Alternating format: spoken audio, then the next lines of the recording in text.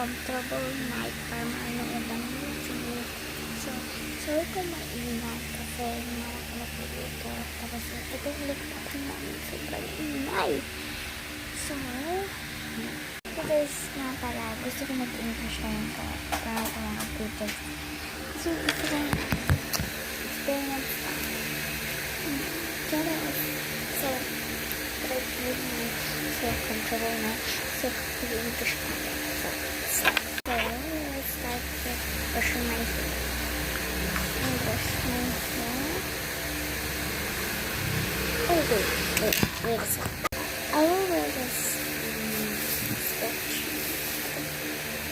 Just this. I'm gonna wear this. So, this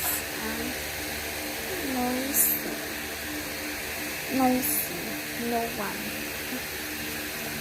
I don't know. So, let's continue.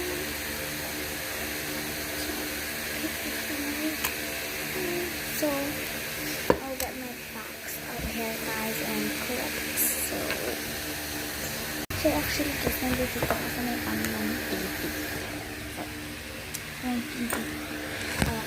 So, wala naman naman. So, ito pala ng hair ko. So, pagaling ko natin ito. Tapos, nabit naman ako sa bangs ko kasi lost cut na ako. So, anong piliin ko?